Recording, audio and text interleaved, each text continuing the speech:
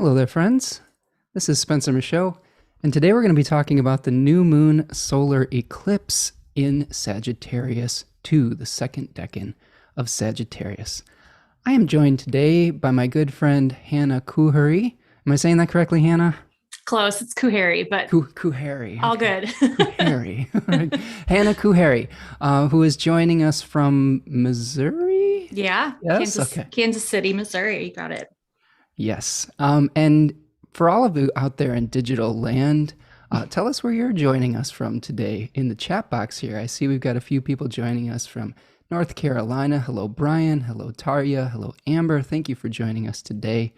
We're going to go on a deep dive of some of the Sagittarian archetypes. We're going to talk a lot about this eclipse today. We're going to do a little bit with the first quarter moon and maybe touch on the full moon a little bit. And as always, we'll do an I-Ching and an animal of the day or the week or the month or the lunation, whatever it is. But first, Hannah, let us know a little bit about yourself and what your background is and where people can find you and what you've got going on. Well, thanks for having me, Spencer. This is such a delight. Truly, I love your work, and so it's so fun for me to get to chat with you about this eclipse. So, I am a psychic medium and also a professional astrologer, and I've been doing this for about 3.5, almost 4 years now. And I mean, it's like, where do I even begin with all of this? I've always been fascinated by the cosmos and the stars and kind of weaving the ancient storylines in with the modern and with, our current timelines. And so astrology has always been something that's beckoned to me as a place to just make sense of both what is new and what is old.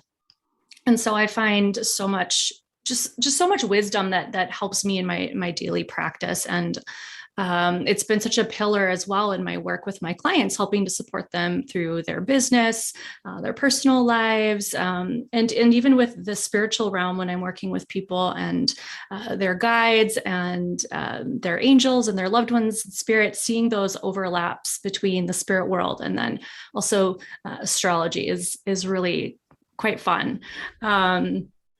So yeah, I mean, I could go off on a huge tangent about what led me to all of this and all that good stuff, but I'm an eternal student. I've got a big lineup of Sagittarius planets in my chart, and so feels really fitting that we get to talk about all this Yeah. good So stuff today. do you share your big three in public Yeah, here? Okay. yeah, What do we absolutely. got here? So I'm a Scorpio sun in the seventh house. I'm a Pisces moon in the 11th house, and I'm a Taurus rising, which I think when you first get to know me, I think people totally see the Taurus side of me, and then as you get to know me, and I let you into my circle, then you see more of the the deep emotive stuff. But yeah, it's a Yeah, watery. well, I first got to meet you in my Decans of Scorpio workshop, and you had some really good insights to share. Well, thank And just you. been getting to know you over the last few weeks here. I've been really impressed with, both the beauty of your online presence. You have a really good aesthetic eye on your Instagram. Where can we find you on Instagram? Thank you. Yes, I'm at Divine Sky Mystic on Okay, Instagram. and that's your website as well, That right? is my website. Yes, I'm terrible at plugging myself. So, yes, divineskymistic.com and the same on Instagram. Yeah, yeah, and you've just been one thing I really appreciate about Hannah, for those of you out there, she is Johnny on the spot about responding to emails and texts like right away. And don't discount how valuable that is in a professional setting. Yeah. I really appreciate that ability to be a great communicator like that too. So thank you, Thank Hannah, you. for being, just a superstar in that regard. So Oh, my pleasure. um, do you have anything coming up for us here pretty soon in your offerings? Yeah. So I'm closing out my one-on-one kind of top tier offering, which is called Passage, which does utilize the astrology, the transits, and personal progressions, as well as the sacred guidance. So guidance from your spiritual team. We do a lot of intuitive guidance as well. This is a one-on-one offering that I work with my clients in a personal capacity where we take a look at what's coming in for you for the year and break it down bi-monthly over a 90-minute Zoom call. And I find it to be really supportive for people who are business owners, or they've got big plans for the year ahead, or they just want to know, how do I work with this energy? It seems really overwhelming to me. Maybe they just want that extra support and clarity about what the transits mean and how that coincides with what they may be already going through. And I always find it a little bit I don't know. I just kind of crack up a little bit when people are like, well, I just want to use this for business. And I'm like, great, let's do it. But also know that, like, we're talking about your natal chart. So it's all of you that's going to be involved here. And that was a lot of the feedback that I received last year from some clients that went through, is that it really was kind of an overarching metamorphosis of their life through that year. And yes, we can focus on supporting you business wise or career wise, but know that there's going to be so much personal depth in terms of growth that there's no way to get around that. But I love getting to just witness all of that magic. I love that holistic approach. I mean, I think that a lot of the times we try to compartmentalize parts of our life in different Yeah. ways, and I think it's almost impossible. And I think if you work on some of your underlying, maybe historical narrative challenges, that's going to help you in your business. So I Mhm. really, I really like your program here and the way that you work with people over a longer period of time. I think that's cool, being able to build that relationship and whatnot. So Yeah. check her out, divineskymistic.com, correct? Okay. Yes. Yes. All right. And one little last plug before we dive in here.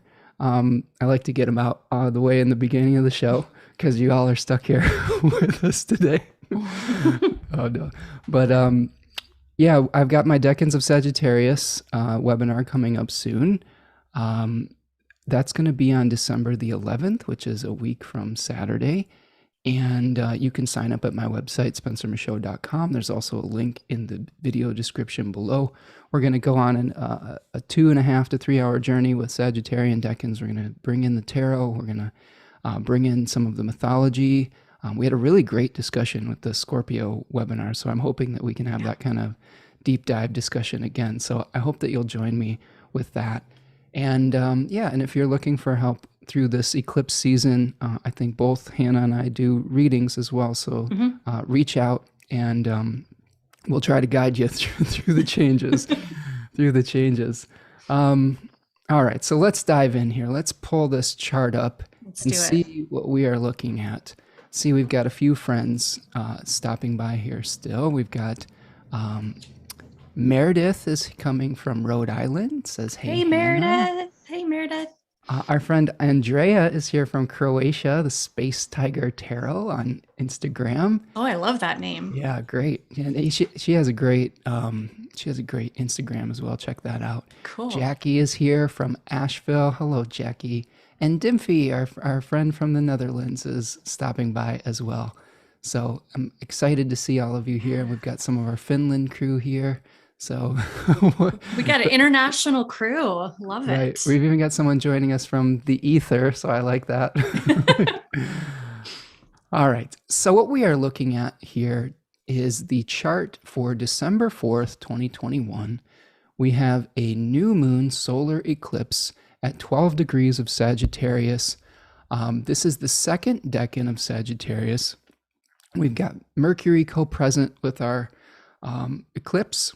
Of course, eclipses, for those of you who might be new to astrology, are kind of like supercharged new moons. These are where the south or the north node are very close to the lunation. And here we still have the south node being very close to the new moon here. It is the last eclipse that we're going to see in the Sagittarius and Gemini axis for quite some time as the nodes shift to Taurus and Scorpio. The host of this new moon solar eclipse is Jupiter, and it is going to be hanging out in the third decan of Aquarius. So we'll sort of break that down a little bit as well. Hannah, do you have any big picture thoughts about this eclipse or sort of broad canvas type of things? Yeah, when I looked at the lunation, the visual that I received, or that I was picturing in my mind with this energy, is kind of straddling two worlds. it's like one foot in the past and then one foot in the future. And it's interesting because as a new moon, I think generally we think about new beginnings, fresh starts, especially in the sign of Sagittarius, where there's so much excitement and explorative tendencies to just like get out and get started. Yet we have the South Node presence here, which is an ending. And the fact that it's the last cycle or the last lunation in this axis is significant because we're really clearing out some karmic themes in our life. And so it really is also an ending as much as it is a beginning. So I find that to be quite interesting. Yeah, I agree 100%. I mean, we've got the new moon itself, which generally, like you were saying, is a start of a cycle, but it's kind of hanging out with that south node. And in the Western traditional astrology tradition, that's a place of energy leaving. That's a place of processing old experiences, of letting go. And we're letting go of maybe beliefs potentially with Sagittarius, our sense of I know in capital letters, rather than the questions that we've been kind of tasked with asking with the North Node, the point of increase in Gemini. That's really fascinating. I'm really curious to see what this brings. I don't know about you, but I've been having some really intense dreams the last few nights. Yeah, I have too. Last night in particular, I was just feeling overwhelmed with what felt like some prophetic dreams, and I'll keep them to myself for now, but they felt important. Yeah. And I don't usually say that. Sometimes I'll just have dreams like, oh, okay, I was thinking about that today or whatever, but these were intense, and I had a similar theme come up after going back to sleep, and it came up again. So, and it was definitely surrounded a letting go process. And that really is brought in with the decan of Jupiter that we're hanging out in here too. Yeah. The Seven of Swords. So this is a decan that sort of about untying the karmic knot. That's the word that Austin Coppock has for that Jupiter decan, which is the knot. Yeah. Right. So I'm feeling like actually let's bring in this Nine of Wands here. Yeah. What do you think about this card here? What are your thoughts on Nine of Wands first? Because that's where the eclipse is going to be actually itself. Yeah, to me, the Nine of Wands is it's stretching under pressure. I get the sense of malleability here, and strength. And I think of strength as defined by experience, and that's such a Sagittarian theme too. Of just it's not that brute physical strength that we see in Aries, or like with that more like Martian or Mars in Aries. It's strength that's been fortified by life itself. It's wisdom that we've gained through walking the streets, through climbing the mountain, through having our heart broken and continuing to move on.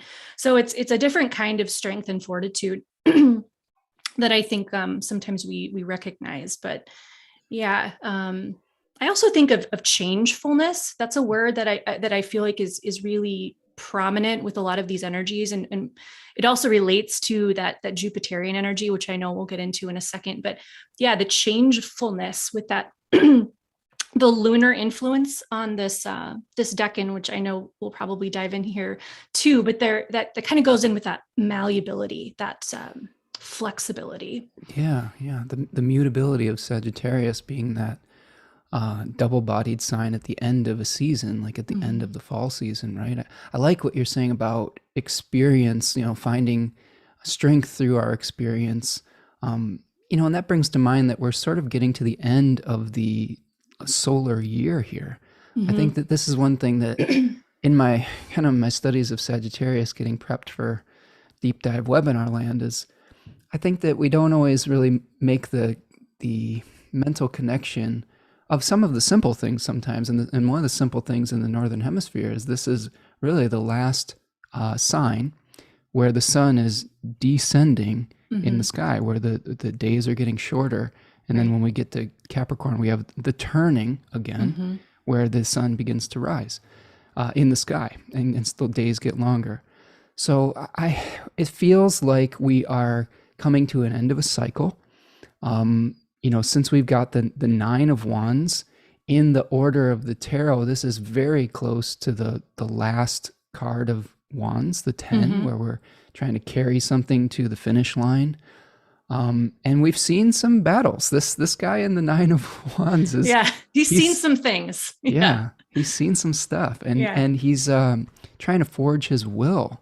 Right. Um, yeah, this is something that I've been reading. I got this new book that I'm really enjoying. It's called Tarot and the Gates of Light by Mark Horn, and it's really about Mm. the Kabbalistic journey in the tarot. Mm-hmm. And that's something that I'm learning more about. That's another lens that I'm trying to learn through, is the kind of the Kabbalistic tree of life.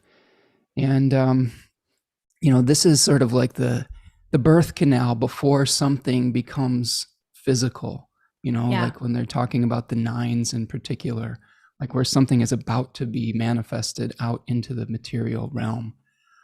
So focusing all of our willpower, which is a wands kind of thing, into a specific goal. And with this decan, they talk about the union of body and intention. So Mm-hmm. Austin Coppock will call this decan the bridle, which is sort of about directing our vehicle. Themes I was getting were a lot of themes of being able to infuse something in a chariot, finding like our passion and infusing it into like something that will carry it into the world or carry it to the next stage. Mm-hmm. We got a couple fixed stars in this decan too. We've got Antares, the heart of the Scorpion, at 10 degrees of Sagittarius, and Ras Algethi at 16 Sag, which is in the head of Hercules. And you and I had a really good talk about fixed stars recently, right? We did. We did. Fun. Yeah. Yeah. Spencer got to read my fixed stars, which was so enlightening. If you guys get a chance to do that with him, it's a really fantastic experience. I loved it, Spencer. Yeah, thank you. Yeah. We were talking about Ras Algethi a little bit, I think, in our experience, because you have a pretty prominent placement on that star, right? I do. That's my South Node and my Jupiter conjunct. Yeah. So, yeah. Yeah. To go along with this eclipse. Yeah. Well, and we were talking about, Hercules being the kind of the path of humility and the path of really like going through trials, like this figure in the 9 of wands, to be able to come to a point of wisdom through experience. And Hercules was challenged. He was challenged by many nemeses, right? Like, right. This was something that Austin talked about in his book, 36 Faces. In this decan, we had an idea in Sag 1, and now we're getting resistance. And that friction and that resistance, whether it's in the form of an enemy or somebody who questions our intentions or something like that, is like the fire or the heat that helps us to fuse intention with will and with body and say, well, yes, this is really what I want. Right. Yeah. The will to overcome. Right. Exactly. Because a lot of times when we're trying to do stuff, it's not just, it's not always smooth sailing. We've got to really prove that it's something that we want to manifest. Right. I also think too, just the energy of this decan is, it's that moment when you're in the darkest part of a tunnel or a cave, and then you begin to see that piercing light on the other side just starting to come through. And it's like, all right, I know that I've got this last push to get there. I know there's something that's waiting for me on the other side. So I do feel like there's an encouragement and a hopefulness that also resides in this energy. And of course, that's with the sign of Sagittarius in general, that trust and those faith themes that, something better is waiting. We have to continue on.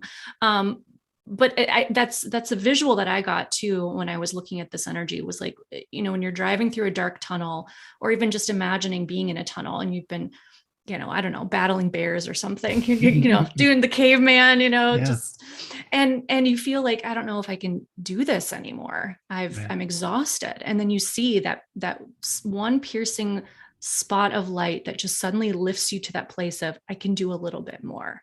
How am I going to make that happen? And maybe that is just that pep talk, you're talking to yourself like Rocky and like getting fired up to get out to the end, or maybe you are like tooth and nail scraping by to get to that last place. But when you're talking about that fusion of the spirit into the physical body or the form or the vessel to get to where you need to go, it is that personal pep talk. Maybe it is through the divine or something, but it's that courageous push that is needed to get to that birthing process. And as a mother, I recall this in my life vividly to two very specific times when I had my daughters, of literally being in that position of like, I don't know if I can do this, and then finding the strength from somewhere to be able to, birth these two beautiful children. So Yeah, no, I love that because that really ties in with the kind of the Kabbalistic kind of Sephiro kind of meaning, where it is a birth canal. These nines are kind of in that birth canal position in the tree of life, where we're getting ready to birth something into reality. We're getting ready to push it in. And you're definitely more of an authority on giving physical birth than me. But I hope I can relate at least a little bit maybe as an artist and trying to birth something into creation. yeah. And I definitely can relate, at least on some small, tiny level, to feeling almost like a labor pain, where you know that you have to get across the finish line. I put out an album a few years ago, like a music album, that felt really difficult, and it took a really long time. And you could see, I like what you were comparing, like seeing the little hint of light, like that's on the other side, or of the mountain that you're trying to climb, or something of that nature. And this is something that Liz Green was bringing up in her book, The Astrology of Fate, was, sometimes we can think of that Sagittarian vision as the ability to see a great distance, because in the northern hemisphere, the leaves have all fallen off the trees. Right. We don't have all these distractions of all these, like I don't know what it, like surface things, like I would think in Gemini season, when it's spring, you've got all the leaves and flowers and all these distractions of all these beautiful surface type stuff. But here we don't even have that. We've got the core structures, right? Yeah, I agree. And I feel like the South Node here too is reminding us in that moment of, do I have what it takes to push myself to the finish line, or to get to that ending, or whatever it is? Like, the South Node is reminding us, you've done this many times before. Maybe the experience has been different. Maybe it hasn't been birthing a physical child, but in your life, you can think back to a moment when you've been tested, your endurance or your will or your faith has been tested in some capacity, and to remember what you've learned from that experience to help bring you to this place of completion and power. Because I also think of a 9 as a very powerful number. And I was reading the book that I know you love by T. Susan Chang, and she talks a lot about the number 9 and in the tarot, the cards that fall into a 9 being that kind of precipice of power. It's not the 10, which is the completion and the making things rigid and real and lasting. The 9 is like the height of potentiality. And I feel that with this eclipse too, of like, what is possible for you as you're feeling that push to get to where you want to go. Well, and you draw upon all those lessons of the past too, with that 9 consciousness. Yeah. I've read a few numerology books in the past. I really like these ones by Hans Decodes. I don't know if it's a great name for a numerologist. It is. He talks a lot about the 9 as like kind of like, if you're living like a 9, there's a life path number where you add all your digits up. You're sort of kind of having to draw upon all those past experiences, and maybe even live some of each lesson of each of the numbers, because like you were saying, it might be something that you've gone through before. And this is something that I think, if we even bring Jupiter back into the conversation here, Jupiter's been hanging out for the second half of 2021 back in Aquarius, untying some loose ends, or some old karma. I think that, Austin in his book talks a lot about the frustration that sets in Aquarius 3, because something isn't exactly the way we might want it, or we're just kind of fed up with a situation. And Jupiter, I think Jupiter, the way I've been interpreting Jupiter for in people's charts is I think it offers us an actionable thing, Yeah. okay, because it is of the solar sect where we can take conscious action that will bring us good fortune or honor or merit. So I think that I look at where Jupiter is to say what kind of actions are going to be supported and honored right now. And in Aquarius 3, it's letting go and leaving something behind. So Mm-hmm. that doubles the theme with the South Node eclipse here of like saying, hey, this is really the time to finally release that, maybe that old limiting narrative, something, an Mm-hmm. old story, an old past, an old belief, so that you can really be a reflection of who you are now Yeah. and the moment that you're living now. Not just who you are, but the moment that you're trying to meet now. Yeah. And if you try to meet the current moment with an old, outdated narrative, that's when all sorts of ills or evils or suffering starts to happen. And we were talking about this with the final decan of Scorpio too, like really this nostalgic trying to grasp on to the old Yeah. form and finally needing to release it, right?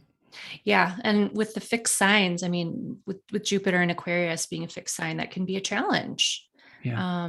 And I, that decan to me, that Jupiter is in that last decan of Aquarius, there is the potential for bypassing, Hmm. of kind of sliding over the necessary work that needs to be done in order, and because of that anticipation to get to the next. Right. Um, but what I find really fascinating about Jupiter being at that 25th degree of Aquarius is this idea of holding two truths at the same time, Hmm. multiple truths. I think T. Susan Chang refers to this, to the Seven of Swords, which is the decan that Jupiter is in, is the card of the divided mind.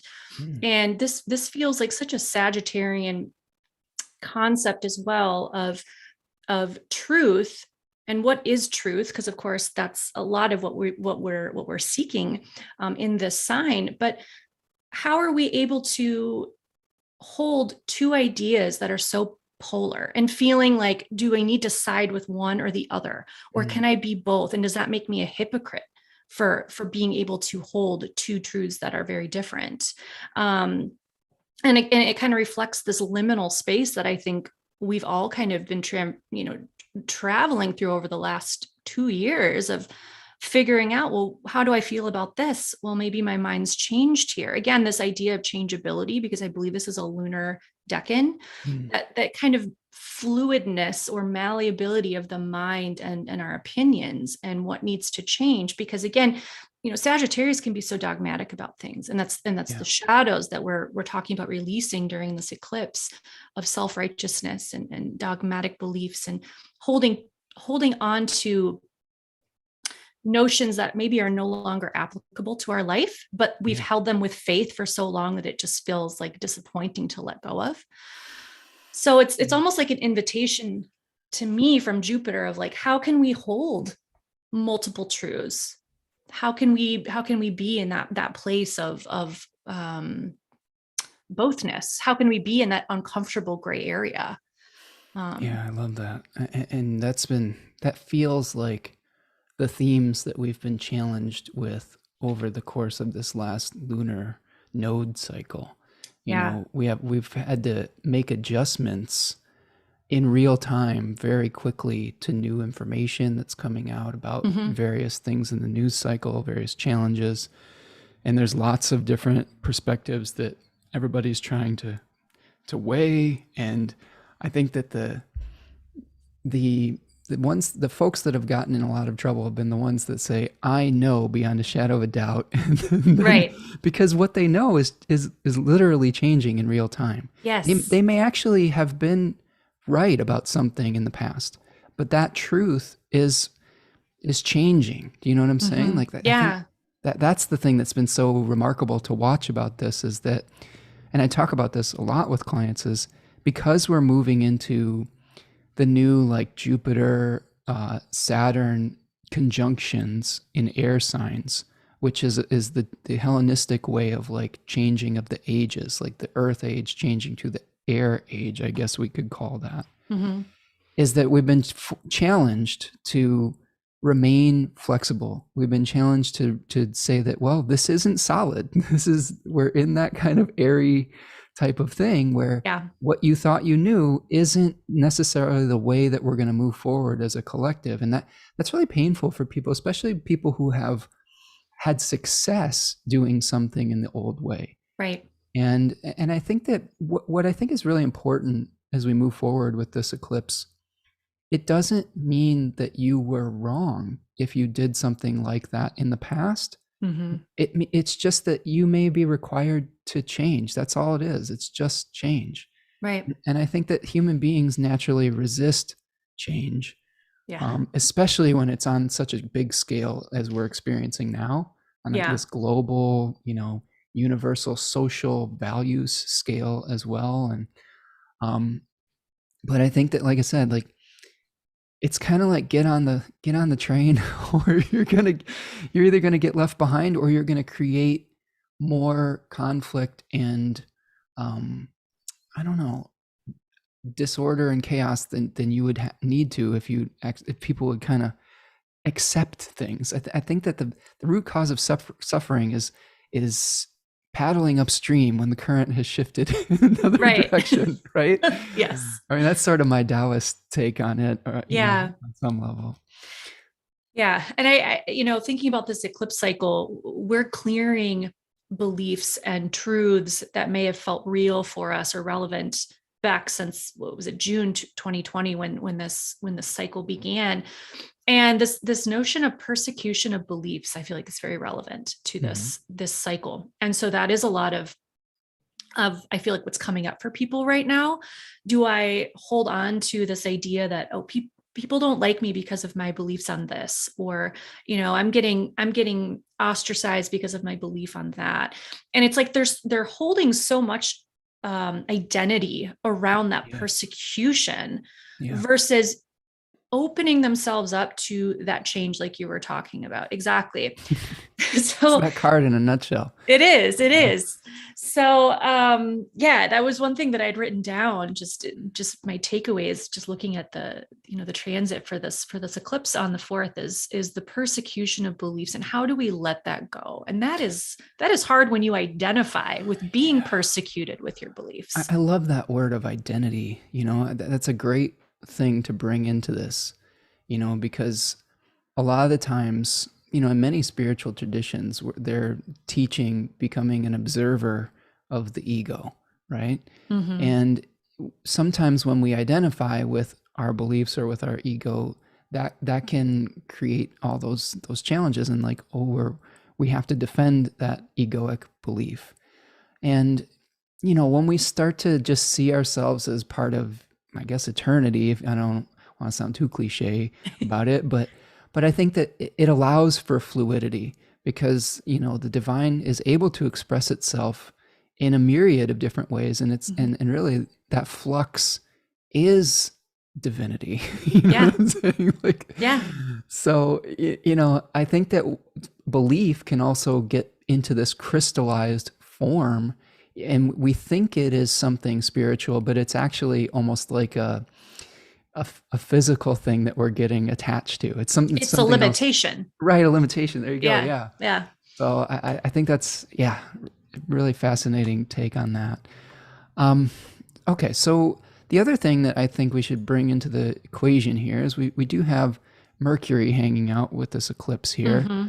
In its exile, right on that fixed star Ras Al Gethi. So I had some notes about Mercury on this fixed star potentially.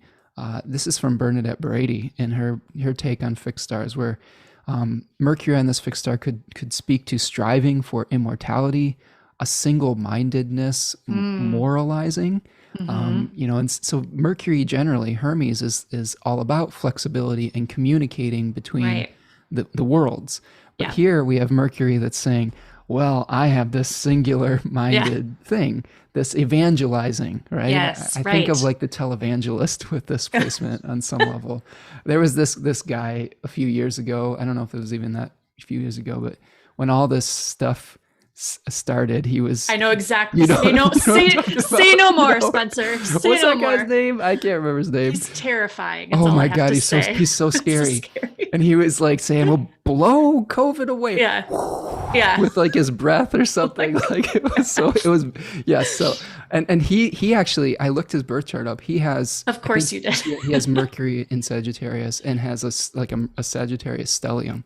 Now So I have Mercury in Sag, so let's just, it's not all bad. But you're not on the televangelist like program like like blowing the wind of God. No, oh my God. At No. some communicable disease. So but it just, that was so literal, that of like kind of that one particular expression. Yes. Okay. Yes. I think that's key, because I know we have some other Mercury and Sag placements here with the chat with us too. And there are ways to utilize that energy in a positive way.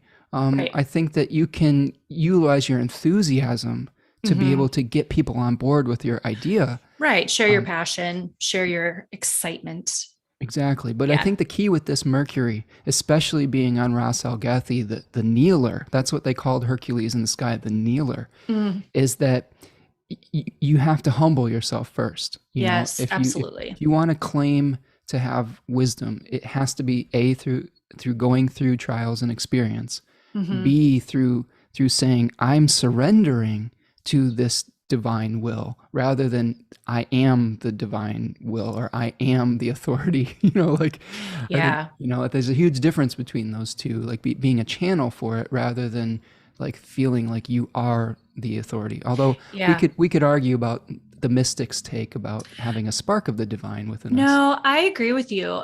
Something that I really believe deeply since I've started this journey, and since I've been in this position of offering guidance, I've struggled with labeling myself as a healer, because I consider myself a channel. I consider myself a facilitator of healing, but I don't claim the healing that's occurred. That is all due to my clients, or, that's of the individual to be receptive or allowing for that to happen. Right. And so I think that's a really important delineation, because there's ego involved when you're suddenly taking ownership of someone else's healing. And I do feel like that could be easily twisted with Mercury and Sag. And of course, I was just giving you a hard time, because it's good. My Mercury and Sag it makes me sad to know it's in detriment there. However, all the Mercury and Sages in the comment box are like, hey, wait a second. and I don't no, and I will say that there is another take on traditional dignity, where a planet in exile can be thought of, if we sort of modernize it to today, it's just not in alignment with the collective socially accepted way of doing something. So it could be that it's just a little bit outside the norm. It's just functioning in a slightly different way, because Mercury is in Jupiter's house, and generally Jupiter likes to order things and bring things together, whereas Mercury, or Hermes, likes to separate things out into categories and put things into question. So it's more of just it's an awkwardness for Mercury itself, but there is a use for it, and there's plenty of people, I want to state this clearly, plenty of people out there with exiled or fallen planets that have done incredible work, that have shown us a new sort of almost like hanged man perspective on a certain issue. So if you have these types of placements, don't despair. There may be some challenging things that come up, because the norm is a little bit different from how I think of it, maybe as like a neurodivergent type of thing, right? Where we think in a slightly different way. I have Jupiter in exile, so it's a similar type of vibe, right? Where Jupiter's trying to bring things together, but I do it through just smashing people over the head with like a million details, like the Jupiter's version of details, right? Yeah. So here's every detail I could think of. I like that we've got this like nest of trust going, where we're talking about our like debilitated planet. Right, exactly. Well, because everybody's got something in their chart. Absolutely. And it sometimes can feel challenging and overwhelming. I think that the challenge with like Jupiter and Virgo is more of a crisis of faith, because I never feel like I have an answer to something. Like one answer leads to 10 more questions or Yeah. 100 more questions. Yeah. And that can feel frustrating at times. And it Yeah. doesn't mean that we are bad people or anything because we have an exiled planet. It just means that sometimes we may experience that energy in a frustrating way until we learn to harness it in the way that is productive. Yeah, So, absolutely. yeah, Jackie's saying Mercury and Sag, squirrel, easily distracted. Oh my, totally. I have ADHD. So like, I feel like that's just the epitome here of Mercury and Sag. And when I'm in a conversation, I'm all about the big picture. Right. So I need help with the details. And I think that's really just how that applies kind of in my daily modern life. And probably the other Mercury and Sag people can say that too. I think there is a visionary quality of kind of being able to see the potential, the possibility, these larger patterns and relational aspects. And then it's like, yeah, where are the details? Well, that's why you're here today. We're good compliments to one another. Yeah, today, exactly. right? Yeah. You can help contextualize all my little minutiae that I share here today. Yes. All right. So we are looking at Mercury. I think we've kind of discussed Mercury's role within this. Yeah. One other thing I wanted to just touch on before we move on to the next phase of this is this isn't something that I noticed right away, but I think it bears discussing, is the host of this lunation is receiving an overcoming square from Mars. Yeah. So I think that that's actually part of what if we had to look at the challenging part of this eclipse, I think that anytime you have a Mars, overcoming square of any planet, that's going to be a difficult thing to work out. Mm-hmm. So this may be there may be some challenges with, I think, that Seven of Cups card that Mars in Scorpio 3 speaks to is, hanging on to the past and the illusion of and glamorizing a form that is no longer vital. So yeah. I think that we may have to separate from that illusion to be able to leap into the unknown that Jupiter is asking us to do. And that we may feel a little tension, we may feel a little friction with that because we've got a square. But I sometimes think squares can be, like this Deccan Sag 2, where it's the friction or the heat that helps us to actually create motion. I think of like tires, the rubber meeting the road that helps us move forward. So keep your eyes out for that. Try not to get too attached to an old illusion potentially, or some kind of old form that maybe at one point gave you life, but if you're holding on to it now, it's only bringing you suffering. Yeah. I think of this energy, the square here is, it's like this eclipse is encouraging us to be expansive without blame. Like we don't need to be blaming ourselves. We don't need to be blaming other people. Let's not hold on to regret. Let's not hold on to fear, because with that Mars and Scorpio too, there is the potential, like you're saying, to hold on to things, especially fears related to jumping into the unknown, starting this new cycle, also letting go. There is fear. There's a very real fear for people of letting go of things that, even if they're not healthy for us, there are comfort blankets, there are security. And so I do feel like this is also suggesting forgiveness of self. There could be forgiveness of other people, how we've treated other people, how we've judged other people based on their beliefs. And kind of accepting, again, this liminal space of the in-between of rightness and wrongness. Yeah. So that's just my 2 cents here. No, I love it. And great advice as far as like staying centered within this energy and remaining flexible and, moving with the changes for sure. And just to wrap on this here, we're letting go before Jupiter gains a whole mess of dignity moving into Pisces. Right. Where it's going to be moving extremely fast through the beginning of 2022. Like it goes through the entirety of Pisces from the end of December until the beginning of May. And then it's out. And to me, that's, Jupiter and Pisces is going to be like, well, what really are you what dream are you drawing upon that will animate your reality? What matrix of, I don't know. I always like the matrix for this, like Yeah. for Jupiter and Pisces, where it's like, oh, you finally realize that you have some spiritual power that you Mm-hmm. can create with if you go internal and realize that there is this underlying connection with things. And I really do feel like this particular lunation is setting us up so that we can manifest a dream very quickly over the course of Jupiter and Pisces. Yeah. So the only thing that's going to be blocking you, I think, in 2022 to manifesting a long cherished ideal is holding on to the past. Right. It's yourself. Yeah, Yeah. exactly. Yeah. Yeah. So, and I've definitely been going through this personally too, just thinking about, I don't know, I have a long held dream to buy a home, and there's a lot of old narratives about worthiness and about, like, how I organize my life. And I'm having to do that these last few weeks and think about, well, I got to shift how I think about these things Yeah. completely if I want to manifest that next stage of evolution.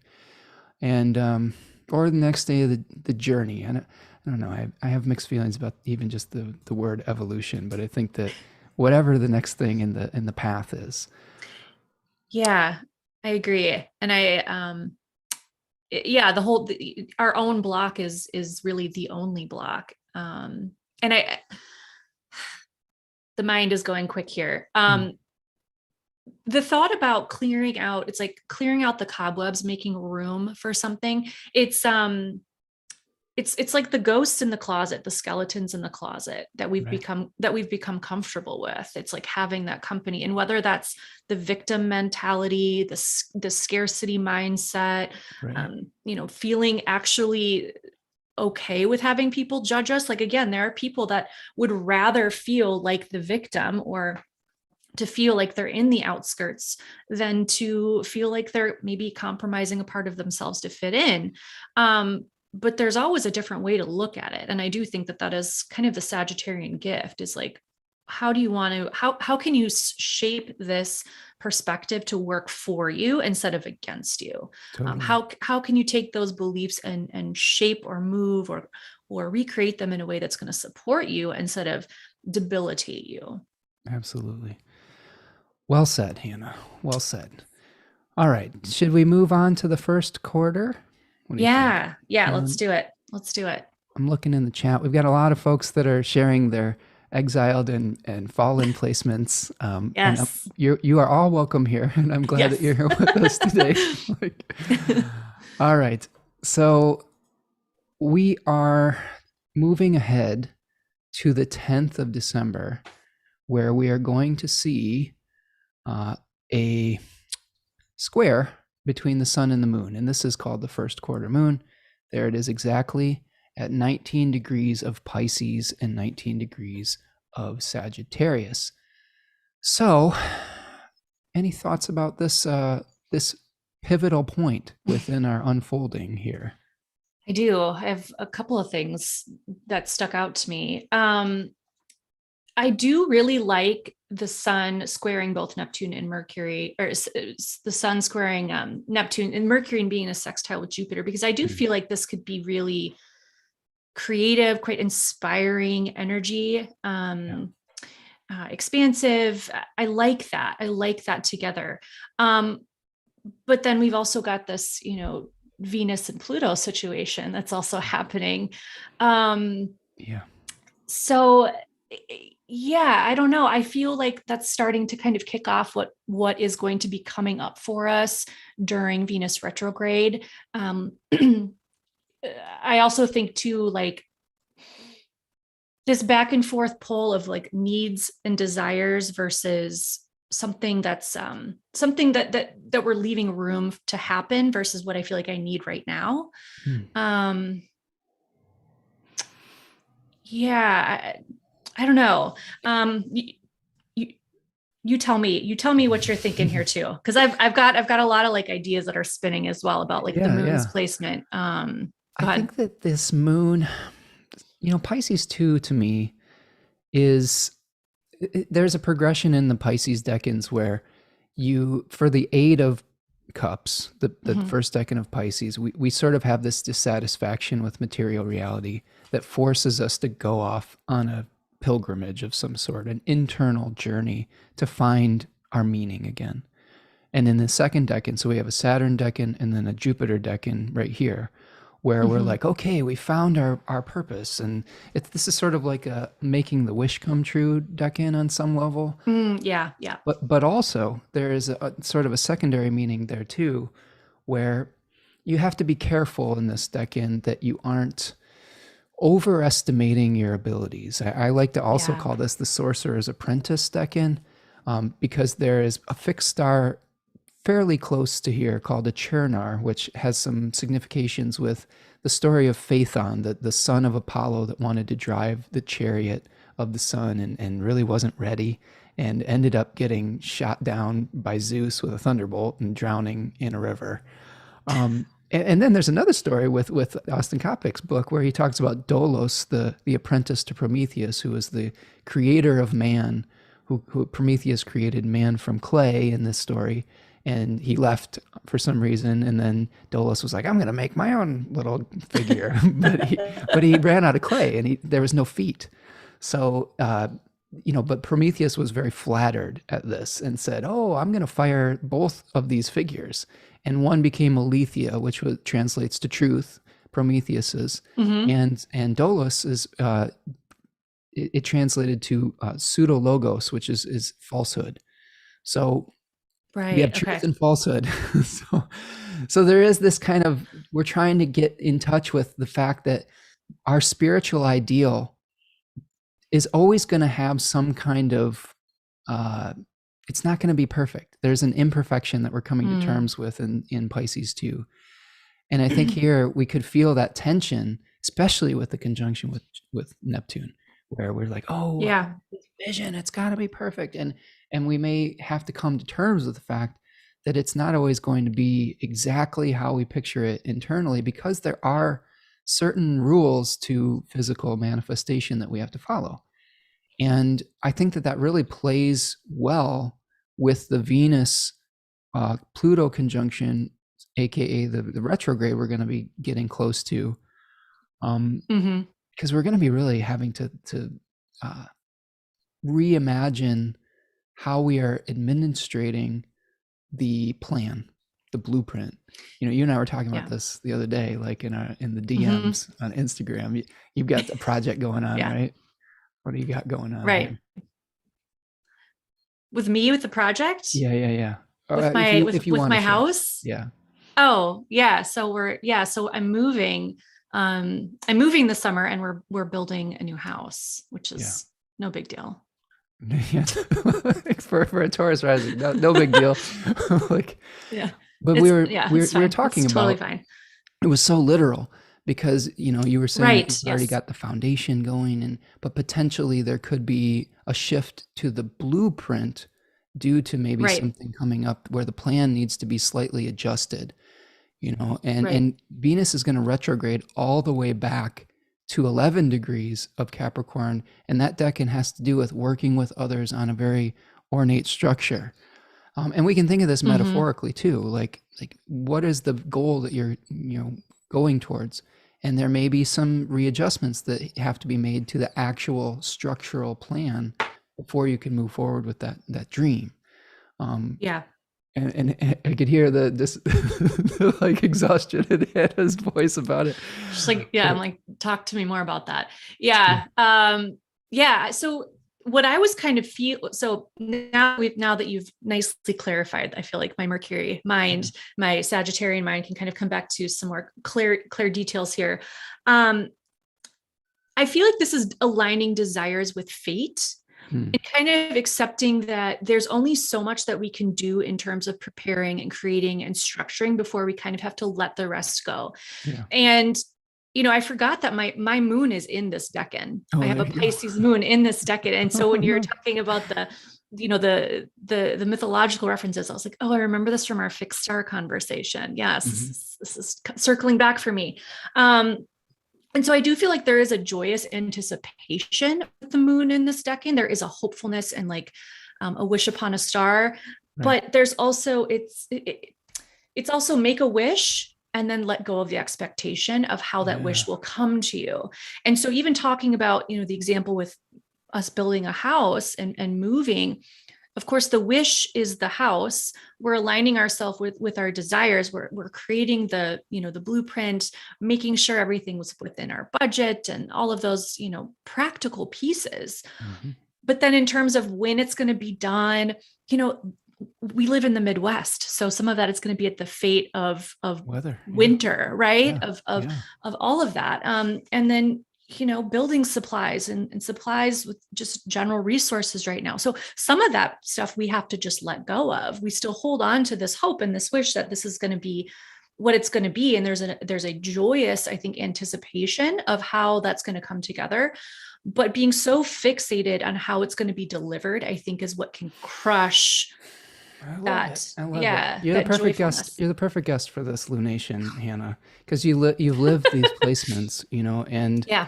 I really like your description of Pisces too, and your lived experience of it, because it's so much the antithesis to, you know, my own experience having a Virgo stellium, where I said, I have to have it this way. Yeah. I get fixated on having it this way. Yeah. Whereas here, it is more like I think what you're saying is almost like the let go and let God type of thing, right? Where you have a vision, but It is. I Yeah. love that there's a final piece that you don't have to control, that you say, oh, Yeah. well, the divine is going to take care of that part of it. If I have faith, if I Yeah. let go, if I trust in I don't know, the power of Neo in the Matrix to be able to Make dodge it the happen. Yeah. bullets, like learn kung fu or whatever. And you bring up a great point about the weather, things out of our control, and also there's been a lot of rumblings that we're having difficulty with supply chains right now, and that's one of the reasons why houses are so expensive right now, is because it is hard to get resources from point A to point B, because there's just literally not enough workers in these warehouses to move stuff around. So this is one of the things where people have been talking about order all your Christmas stuff early, because there may be delays in delivery, because there's just Right. literally just stuff sitting in warehouses that isn't being delivered because there's nobody to do it. And that's really not anybody's fault. That's just like an issue with the bureaucratic, something with the bureaucratic system that is needing to be changed. Like, Pluto in the third decan of Capricorn is saying, hey, the ways that we administrate resources probably has some corruption involved in it, and it needs to be blown up a little bit and exposed to the light and changed. And I think that this is something that will come into play with America's Pluto return that we're kind of experiencing now too. Yeah. Yeah. Coming to terms with that, and all Yeah. the arguments we're having about how to govern our country and things like that. So Yeah. I do find too with this, the first quarter moon, the sun is moving into the third decan of Sagittarius, which is yeah, Saturn ruled. right. And so I also think of this workaholic kind of push, this that last decan of Sag being like, yeah, exactly. Yeah, 10 of Wands. That workaholic card, it's like you're depriving yourself of what you actually need. And Right. also kind of knowing like when is too much, when is excessive. And so I feel like the sun being in that position really lights up these themes that are going to be coming in during the Venus retrograde in conjunction with Pluto, of what are we feeling temptation towards in our life, like in terms of material goods. It could be like works of art, valuable things, luxury items, cash, money, but it's more like, what do you need versus what are you desiring? Yeah. And I think just with it on the brim of the holiday season too, it's that mentality that a lot of people get, especially as Americans, of like, I need to have this gift for my kid.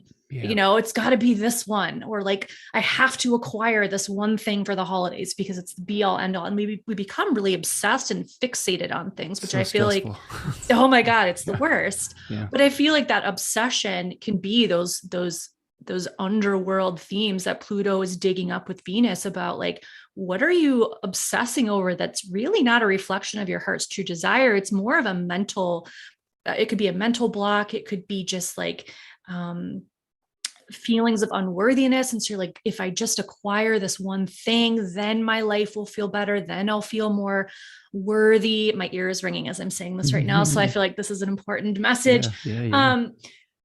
So the fact that this is all happening, of course, in a Saturn ruled sign of Capricorn, and the sun during the first quarter moon being in a Saturn ruled decan, makes a lot of that like acquisition of these kind of goods and stuff feel more restrictive, or at least is giving us the space and the mindset to consider, is this where you want to be focusing your time and your energy? Is this practical for you right now? What is the ease of actually getting the stuff into your life? And truly, what difference is it going to make here? So that could be a little bit challenging too. And I feel like that does also play into those lunar qualities of aligning your desires with fate, having a wish and just kind of letting go of how it's going to come to you. Is it going to come via Amazon because you asked for prime shipping? Or, are you just letting it go, on this bigger hope and dream that it's going to just arrive in its right time? And that's hard. Yeah. And that third decan of Capricorn that's the Four of Pentacles, where we are sitting literally on a throne of matter. And is that like the government structures and government structures, bureaucracies, but also like feeling like we want power over like the material world. So, this is it's a solar decan, and it's like, it's a solar decan in a Saturn ruled sign. So it's almost like the flip of the Sagittarian, Saturn ruled decan with the sun there. And we're trying to, I just think of like Venus. Venus is also kind of like, what do we want? You've been, really hitting the nail on the head with that. And maybe we have to, revisit those desires and say, just, I'm just summarizing what you just said. You said it perfectly. Do we really need it? Is this really a reflection of who we are now? Is it because we want to feel the respect of being powerful, or to be like we are creating abundance through materiality? Or is it really about, and this is something that I think about a lot at this time of year, because I get turned off by the materialism of Christmas in America. I really hate the end of the year, like blitzkrieg. I just can't go out and shop and do that stuff. I mean, and it's hard for me. And it's not that I don't like stuff. I have a Taurus moon, but just the whole, like, all the activity in a time period that I think is really naturally inclined towards rest and reflection. Yeah. It just feels so off to me. Yeah. And it's consumption. It's obsession with consumption instead of the internal consumption of thoughts and feelings and reflections. And absolutely. Yeah. And don't get me wrong. Like, I think that I'm not a complete materialist denier. I have my own material desires. And I think that it's okay to have a balance between the physical and the spiritual world. But it's really, that's the key word though, balance. And don't mistake your love for that present or that physical thing. Yeah. There are many ways to express your love during this holiday season, sometimes just with your presence, or with your words, with your love, whatever it is. I think that that's really important to remember, especially when we're going to see Venus retrograding with Pluto, is that we may get really frustrated that we can't express our love materially, because that's the way we've been trained to do it in this late stage capitalism society. So you may have to find new ways to tell someone you love them this year, which, what an opportunity that is. What an opportunity. Yeah. And maybe that's the message of the first quarter moon too, is pushing yourself to express those sentiments sincerely. And what does it mean to be sincere with your love? What does it mean to be authentic with your compassion? How big can your love be versus your physical gift giving. Right. um yeah. Absolutely. Okay, very good, Hannah. We're getting Thank you. Thank you. some nice comments in the chat here. Talking a lot about Jupiter and Pisces. We have a lot of good high fives for you, Hannah, and your reflections. Oh, thank you. So you're doing great. Let's keep going. Let's do it. Say. Yeah. I'm just going to briefly touch on the full moon because we'll see what this lunation is bringing us towards. I'm going to do another live stream probably the week of the 18th. But I would like to kind of just maybe get some initial thoughts so we can see what we're going to be heading towards from the square to the full moon here. My initial thought is that this third decan of Gemini is really about the need to make a choice, to let go of some options.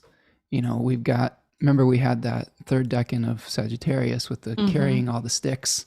I call that the barn eager decan, where we're really close to the finish line, and we just have to just make that big final push. Yeah. But when we get to this third decan of Gemini, that's the last decan before the summer solstice. Isn't that a cozy image? Yeah, it's just so reassuring, isn't it? It's so cozy. I mean, it's such an opposite to this card, right. Though. It's like, we have the strength to carry on, and this figure's like, nope. You're dead. You're dead. You can't do it anymore. It's literally like a night and day. I mean, there's the blue sky in the first card, and there's a night sky in the second. So even the range of where the sun is, and but we've got that Jupiter influence. I mean, this is just in general, this lunation has really heavy Jupiter influence, which I feel like, for as challenging as a lot of these themes are of dealing with dogma, self-righteousness, desire, greed, we have this uplift of this very futuristic Jupiter that I find to be quite hopeful. Let's be honest, he's a little bit idealistic as well, but there is a feeling of uplift, I think, with the full moon. And while we do have, Venus stationing retrograde, like a few hours later within that full moon, does she station retrograde later that day? like literally a few hours later. So I think it is the 19th, but it's, this full moon is happening at 11:35 p.m. In Eastern Standard Time. So right. I mean, Venus is slowing to a halt on this full moon and getting ready to go backwards. Right. So there are those kind of, underlying underworldly themes bubbling up a little, maybe below the surface. But I don't get the feeling like this full moon in particular feels yucky. There's my mom word. It doesn't feel yucky. That's the most Midwestern mom word ever. Isn't it? I can't help it. Great, so, I do feel like there is an uplift. There's a very social aspect as well, because of course Jupiter in Aquarius and then the moon in Gemini, there's those social themes of sharing ideas and wanting to connect. And then we have Mercury, which is ruling the full moon in Capricorn. That is like, we got to be responsible here too. Like, as we're pushing into the last part of the year. And like, this is like the week before Christmas too. And I believe is it Mercury squaring Chiron? There's a Mercury Chiron square. And it's great to bring Mercury into that, because that's really the host of the moon. Right. And Mercury's going to be hanging out in Capricorn 1, right on a fixed star called Phasces, which is the eye of the archer, where we're really focused ruthlessly on a goal.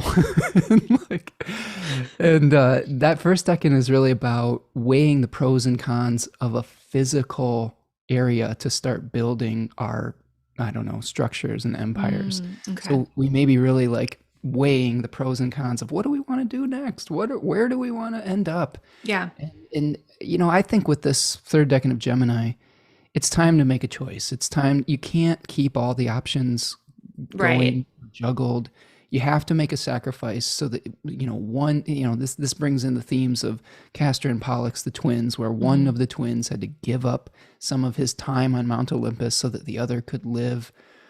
So I always say this with this decan: don't necessarily just think about it as, don't get fixated on the sacrifice. Mm-hmm. Like really look at what you're breathing life into by giving Mm-hmm. up those other options, right? I love that. By Yeah. being able to say, okay, yes, I'm saying yes to this because it's my 100% yes, rather than all these other things that aren't, you know. Yeah. And I'm seeing that Lisa has bought a super chat. Thank you, Lisa, for the super sticker super chat. There is a little function in the chat now on YouTube where you can hit that little $ and make a donation to the show. So thank you, Lisa. I really appreciate your support. I always am so grateful for all of you that are supporting the work that we're doing here. Okay, so Venus retrograding around this full moon. Make a choice. Yep. Maybe rest your mind a little bit. I don't know, but this is really that date where we're feeling all the pressure of like, oh God, we got to travel. We got to Yeah. go to, grandma's. We got to go to mom's. We got to go to dad's. It's like we have to visit everyone. Maybe you just need to go one place or no places. Like, Yeah. that's always an option too. And there's many ways to, like I said, to share your love with people. And Yeah. I think that for me, I think it's more about letting go of the Hallmark, idealism around it. That's just, yeah, it's never happened for me. I didn't have my Hallmark movie moment. I'll let that go. Right. Well, Yeah. and I come from a family that was divorced, so like having to choose where we're going and like things like that, it was always painful, and you always Yeah. felt like you were, choosing one over the other or something like that. And I think that a lot of people have that experience sometimes, and sometimes you just have to say, hey, this is what we're doing this year, and being okay with that, and it's not personal, like. Yeah.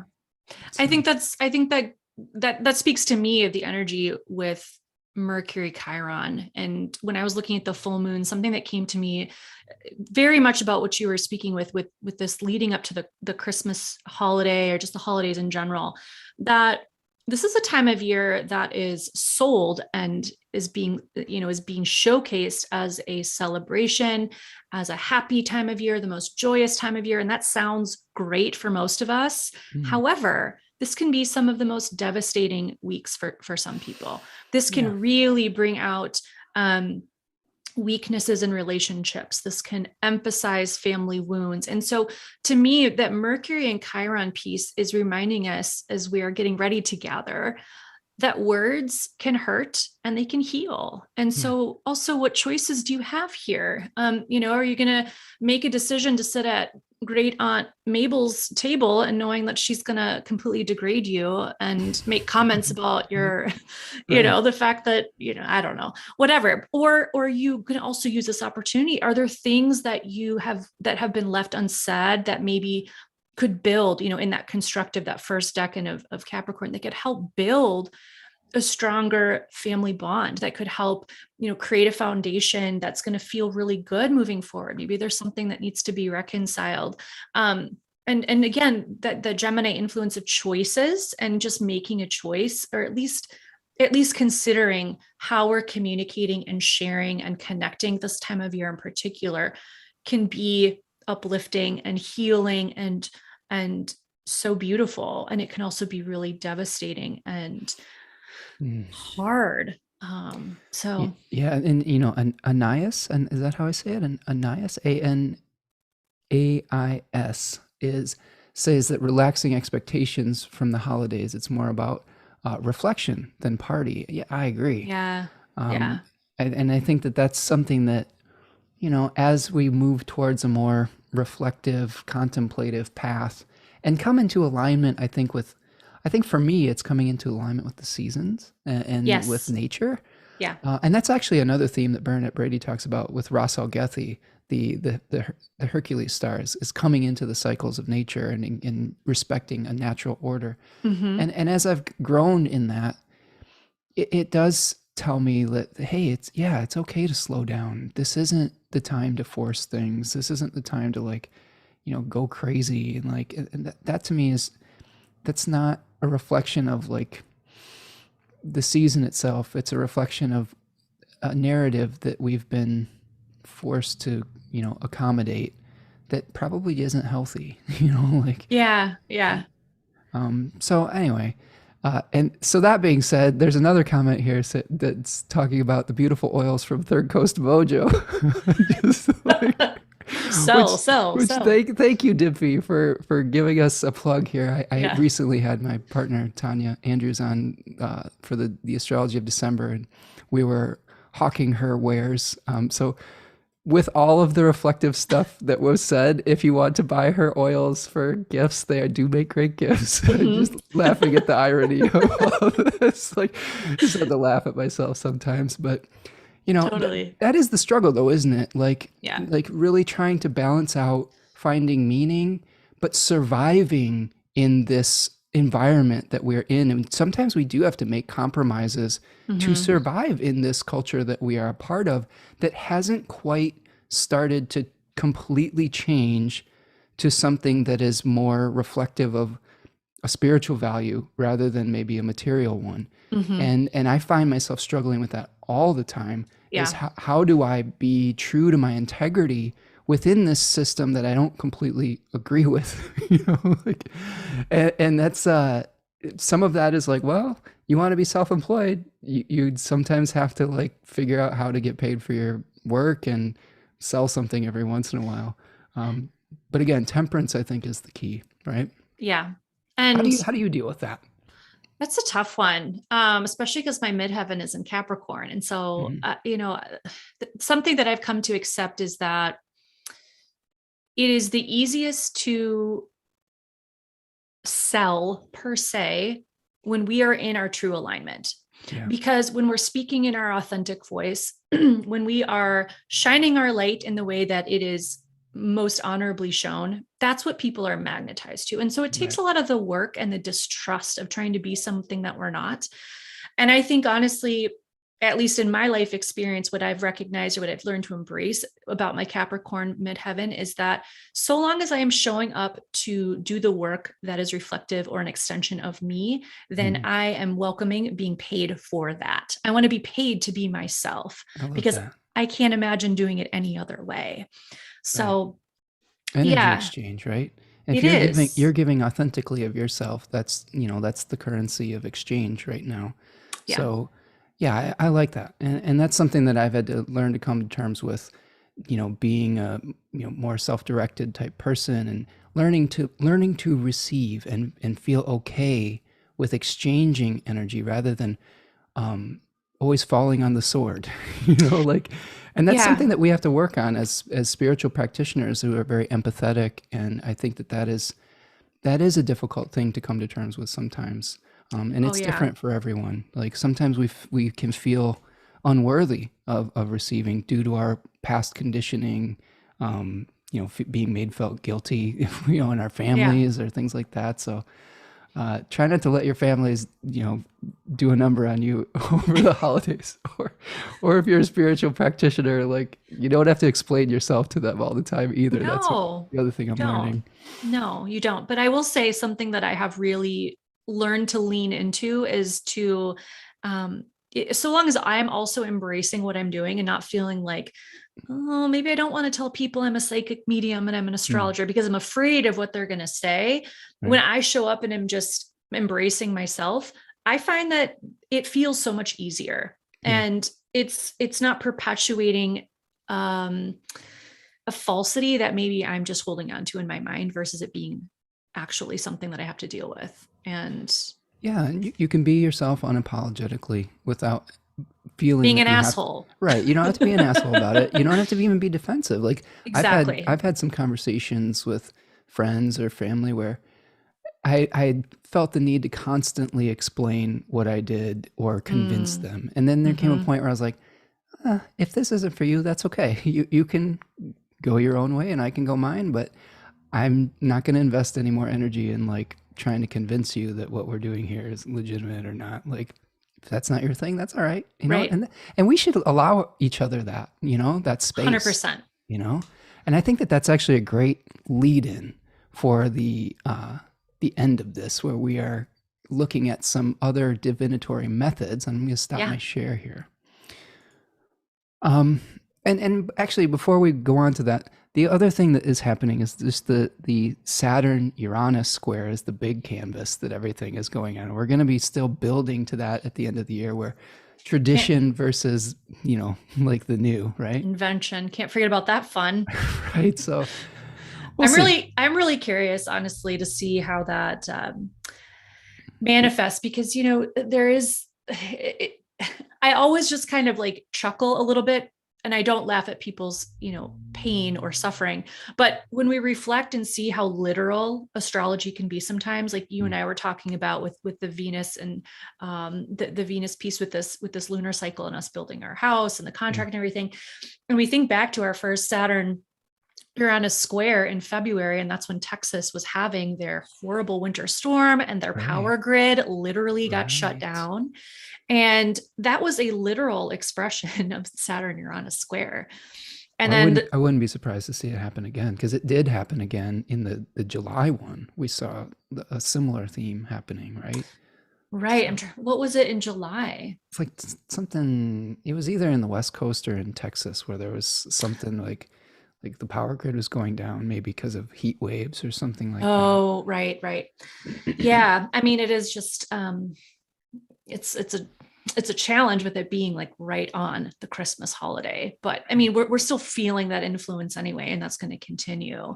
And I just wanted to, I know you already took the screen down, but I also wanted to point out with Mars, something that I kept my eye on with this, with the eclipse. If we bring it back to the beginning for a second, Mars during the eclipse is at 23 degrees of Scorpio. Mm-hmm. And he will hit the degree of the eclipse, that 12 degrees of Sag, on December 31st, which is right around the time that Jupiter is ingressing into Pisces. So I do find that quite interesting that at the end of the year, we've got this kind of reactivation of those eclipse energies, while Jupiter is gained domicile in Pisces. So that might be something just kind of to keep our eye on towards the end of the year. I'm just kind of clicking it forward here. Yeah, great observation. Mm-hmm. Yeah, because we see those themes coming up with just different planetary impulses, activating those points. So maybe this is a time where we're ready to take action on what we're, initiating around this period of time by the end of the year, when Jupiter frees us up a little bit potentially. Yeah. And so maybe that full moon, maybe by the first quarter moon, we're kind of wrestling and confronting with, this idea of what is our desires? What do we really need right now? How are we either letting go of expectations of how those things are going to be received? Mm-hmm. Moving into the full moon, then kind of being concrete about, let's make a decision and kind of get the structural element going, and share some ideas about that. And then by the end of the year, we've got Mars activating that 12th degree of Sagittarius. And maybe that's when we're feeling ready to take that big leap of faith. We're ready to just go out there to do it. Take an action on that intention. Mm-hmm. And that's, we're going to be seeing the Saturn Uranus square perfecting very close to that period of time as well. Mm-hmm. So hang in there, folks. Like, clear the decks for the next few weeks. Figure out what you really want, release the old narratives, and we've got a few more kind of things that will hopefully contextualize this. I think that what I like about astrology is we can see what types of experiences we might have. Mm-hmm. And I like the tarot and the I-Ching and the animals to be like, okay, here's maybe some more lenses or viewpoints that may be able to give you ways to either act or to handle it or things like that. So we have, first of all, the hexagram that we have for this lunation is number 36, which translates to darkening of the light, the crying pheasant. It's also called eclipse in some translations. So I thought that was pretty perfect. That is very interesting. Other people talk about it as hiding one's light, brilliance injured, or keeping a low profile, censorship, or hiding your feelings. There's a story with this hexagram that I really like and resonate with, where they talk about in the end of the Shang dynasty in ancient China, there was a fall of an empire, and a corrupt leader took over for a virtuous one. And there was a prince that was one of the last remaining virtuous people in the court. And while everybody was partying and getting drunk and like going crazy, he was like, oh, what do I do? And they got so wasted that they couldn't remember what day it was. This is how the story goes. And they were like, go ask Prince G what day it is.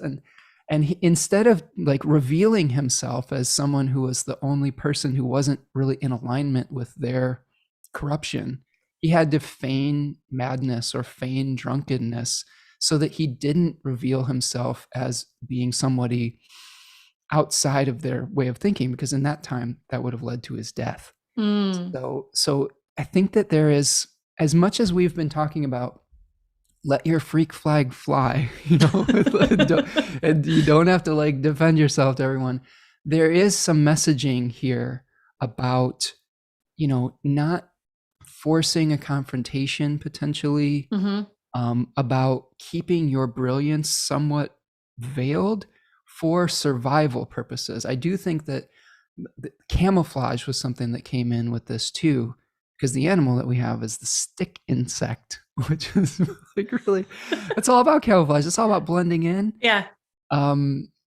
They talk about stick insect as they actually lay their eggs in a number of different places so that they're not all eaten up by one predator. Yeah. Which really speaks to that North Node in Gemini, where don't put all your eggs in one basket. Don't get so fixated on one idea that you are, causing yourself to suffer, right? I really resonate with the stick bug. My North Node is in Gemini, and I oftentimes will leave my keys in the refrigerator and stuff. So I'm like, are you my animal totem? I love you. Yeah. Well, the other things that the stick bug can do, I actually have a list of things here. I was looking up these stick bug facts. They can regenerate their limbs. So sometimes they will. Oh, I can't do that. well, not physically, but maybe metaphorically you can. So think about this as the lesson of detachment, right? Where if something's not working, detach from that, and then eventually you'll be able to regrow something in a slightly different way. They can also reproduce parthenogenetically, which means that they can produce without a male. So that sometimes the species will just be able to produce from one sex. So maybe this speaks to being independent, where you don't necessarily have to like get someone's approval or rely on someone else. Exactly. Yeah.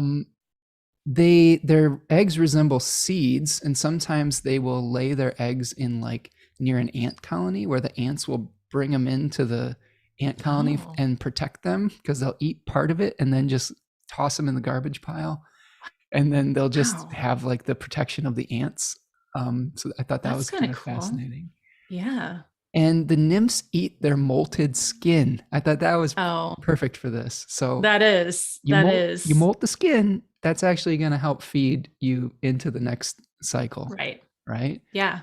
Yeah. So just lay low. You don't have to get into a big confrontation. There may be some circumstances around that may be out of alignment with your beliefs or your integrity. I don't think this is the time to die on a hill, especially with Jupiter in the third decan of Aquarius. Yeah. This is really the time where it says, okay, bygones be bygones. You go your way. I'm going to go mine. Doesn't mean I have to agree or acquiesce to the thing that I don't believe in. But for your own safety and protection, you don't have to go to war over it, right? Yeah. Does that make sense? Yeah, I love that. And I actually looked up to see, I love human design and how it can support a lot of the more practical and interpretations of astrology. And the sun and this eclipse falls in gate 5, which in human design is all about universal rhythms, surrendering to universal rhythms. And it's about patience as a virtue and patience being a guide in order to bring us to a place of being uncompromisingly clear about what it is that we want in the future. And so I do feel like that speaks to a lot of those kind of Venus and Pluto themes that we're going to be, getting more heavily tied into later this year. But it is about trusting in the flow of just kind of the river of life right now, and not like, as you were talking about earlier, trying to climb up the stream or fight against the current. It's more about accepting that this is the rhythm of the universe at this time. Those times it could be challenging for you. Maybe this is a beautiful time in your life, whatever the chapter is, to let it just be that, and to honor the unique patterns and, again, that rhythm that is coming in for you, not fighting against it, but being a part of that seems really relevant to again, also kind of coming into a new nodal axis next year, which will be in the fixed signs, which is not really, it's less about flow. In fact, kind of feel like it's more cementing into a lot of that Saturn Uranus stuff, but we'll save that for another conversation. But it's, again, the flow between these two axes is kind of a dance right now, again, in between two worlds. Yeah, on the precipice of some kind of new reality for all of us, aren't we? And when we're venturing into the unknown, this is something else that the I-Ching says a lot, is that if you're venturing into territory that is unknown or unfamiliar, sometimes it is better to kind of keep a low profile so that you can kind of understand the rules of the new, place, the new system, and let it unfold. Because if you go in with this old story, you could put yourself in danger by making a mistake, trying to do something in the old way, and then that could lead to a disaster potentially. So live into the answers, right? Let the flow come. That seems like an antidote for the shadowy Sag side, is like, humble yourself to learn something new and accept that you're not the expert about all of it. And even the wisdom that you do have, you don't need to be putting it on banners all over the place, because then you're going to be perceived as a fanatic, or as dogmatic, or intolerant of opposition, which I feel like is really relative to what we are feeling a lot, especially here in the United States. Again, those perceived kind of self-righteous attitudes. Yeah, it's okay to have a little mystery about you as well, too, right? Yes. Then that leaves you open for like whatever someone wants you to be. They could project that. And then that's not your problem. Right. Exactly. Exactly. So, well, Hannah, this was wonderful. This was a wonderful talk. Thank you so much for joining me today. And thank you, all of you all in the chat box here. We have some really great comments. It says, you're awesome, guys. Great talk. Really great points. Lisa's talking about nature finds a way. Just a lot of great reflections here in the chat box as well. So thank you all for being here today. Please visit Hannah at divinesskymystic.com, correct? Yeah. And you'll find her on Instagram at that same handle as well. Check out her Passage program. It looks really great. And it's you've still got a few spots available for that, correct? I do. I've got 2 spots left, and we're doing intake until the end of the year. Awesome. So check that out. Sign up for the Decans of Sagittarius. Visit my good partner Tanya Andrews at Third Coast Mojo if you're looking for Christmas gifts. And if you want to support the work that I do here, the first thing that you can do is hit that like button. Make sure you're subscribed to the channel. Leave me a comment. If you want to make a physical donation to the work that I do, you can buy me a coffee at buymeacoffee.com or book a reading. So that's what I've got for today, my friends. Thank you so much for being here with me. Thank you, Hannah, once again. And we will see you the next time. Take care, my friends.